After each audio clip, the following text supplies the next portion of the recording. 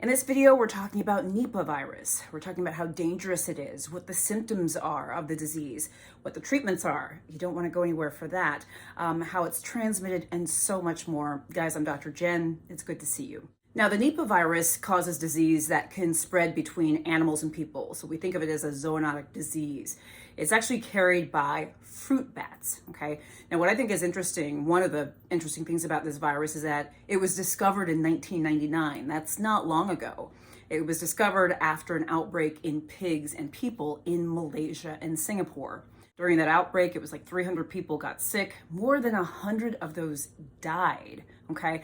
In that outbreak, bats had spread the virus to pigs, and people who worked closely with the pigs got sick as well. So you can kind of tell by that outbreak, 300 got it or so, 100 died. You can see how dangerous and potentially deadly this is. It's very dangerous, very potentially deadly. Now, in terms of who is at risk, it's important to know that Nipah virus outbreaks have only been reported in Bangladesh, India, Malaysia, Philippines, and Singapore. Those are the only places that outbreaks have been reported. But the fruit bats that carry the Nipah virus are found throughout Asia, throughout the South Pacific, and Australia as well. In terms of the symptoms and what can happen if you get infected with Nipah virus, symptoms can range. The severity can range from like mild to super severe, okay? And when we say super severe, we're talking about potentially swelling of the brain and even death. Now, we know this virus can be deadly from what I told you before. Typically, those who are infected with Nipah virus are sick often for like 3 to 14 days. And by the way, my source is the CDC. They may have fever, headache, cough, sore throat, difficulty breathing. But later in the infection, some people get that brain swelling or encephalitis.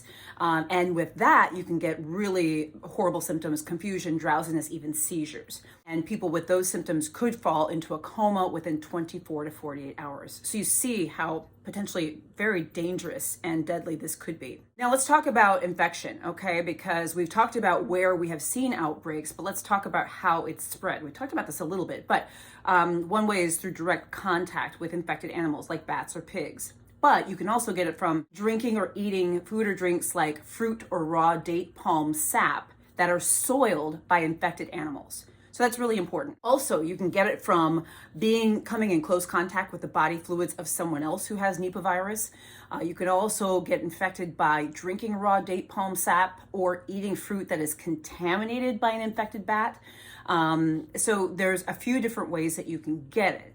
And once a person gets the Nipah virus, because remember we get it from an animal, but once a person gets Nipah virus, the virus can then spread to another person. So it then can go person to person.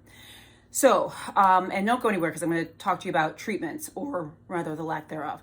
Let's talk about protecting yourself and protection. You know, obviously risk is in people who are around or caring for others with the Nipah virus, even healthcare providers as well, right? Because those people are around others and we know it can travel from one person to another. The CDC says if you are planning to travel to or you live in an area where Nipah virus outbreaks have occurred, you need to wash your hands. I mean, that's universal precaution. We got to do that all the time.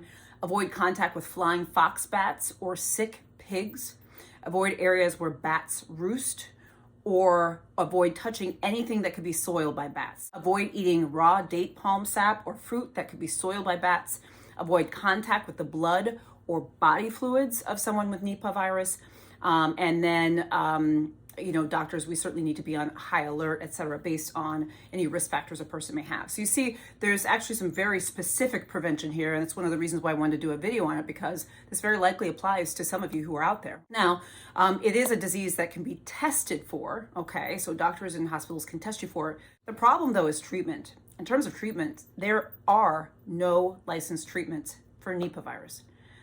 Treatment's limited to what we call supportive care. That means, having the person rest, hydrating them, treating symptoms, but there's nothing that sort of gets to the root of the issue, which is the actual virus. There's no licensed treatments to eradicate that virus. And it's one of the things that makes it super, super scary. Let me know what you think about this video in the comments. Please share this with other people.